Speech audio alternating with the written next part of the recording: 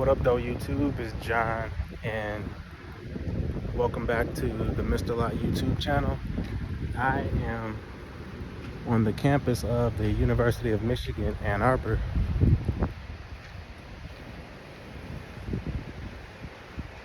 It's beautiful. Michigan is so beautiful year-round, but it's especially beautiful in the fall time. I just volunteered on behalf of NSBE, the National Society of Black Engineers, to help facilitate a tour for a group of young ladies and gentlemen, high school sophomores, seniors, and juniors, to help them learn about the university's engineering program. Now, what's unique is I didn't go here. I did not go to the University of Michigan. I actually went to Wayne State University, which is in the heart of Detroit, Michigan. Ann Arbor is that's actually the bell tower. Would you believe that's an instrument up there? That's crazy. But I actually went to Wayne State University to study information systems management, and I wound up becoming an engineer through a lot of what the students wound up learning today, which is networking, curiosity, asking questions, being able to solve problems by efficiently understanding what the problem is. But something that I learned on the tour today, and a lesson that I walk away with, is we have to protect our students and our babies. So many students have talents, and I use that plural, multiple talents, multiple skills, that when you put them in an environment like a university, they flourish. They have so many things that they're able to show off: musical skills, poetry, athletic skills, tech skills, science skills, math skills, whatever. But often they get put into areas where, or often they grow up in areas where they don't get a chance to flourish. They don't get a chance to learn how to use those talents effectively. And a lot of times they wind up getting put in situations that strip them of those talents or of the freedom to grow those talents. So one of the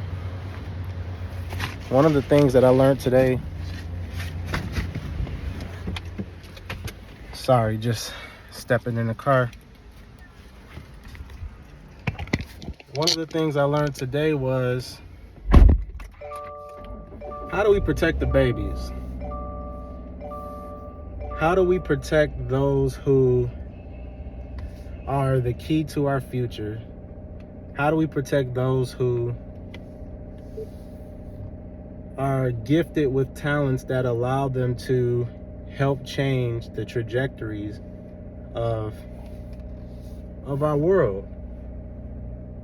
I was fortunate enough to grow up with both parents, blue-collar family, where my parents worked hard and they put my brother and I in positions where we were able to go to school and not have to worry about drug addictions, abuse, domestic violence, police showing up. We didn't have to worry about any of those things. And what saddens me every time I come out and I volunteer with students is I look at them and I may know nothing about what they have going on at home, and I may know I may never have the chance to talk to them individually, but what I can almost guess and be guaranteed is that there is at least one of them who's going to go home and is going to be so stressed out and so overwhelmed by what he or she has to deal with that the talents that they have just go to waste. Now, I mentioned when I started up this channel that I'm going after my visions, and there's no excuses for me. But some of our babies, some of our children have excuses. They have excuses at home that block them from achieving their full potential.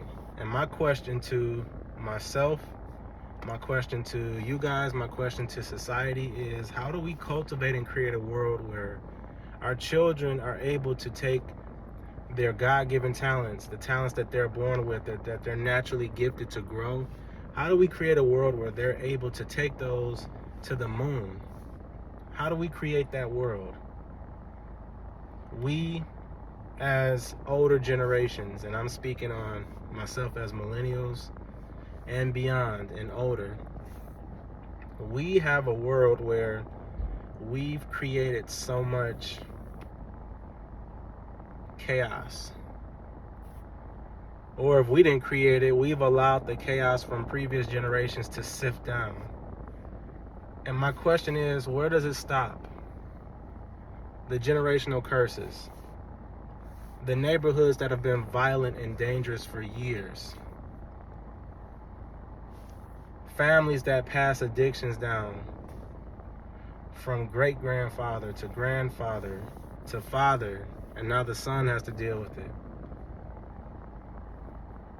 Or from great-grandmother to mother to daughter.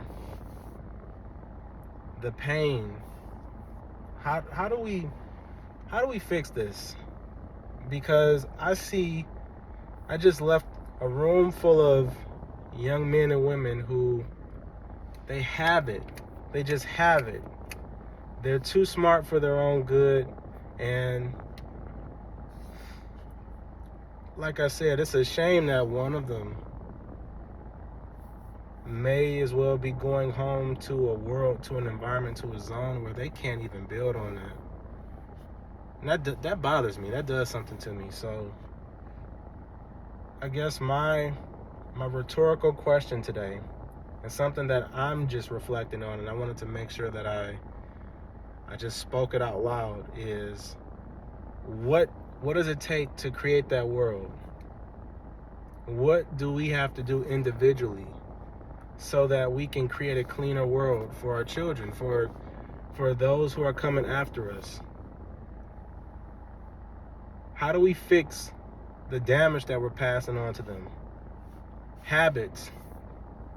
The economy is crazy.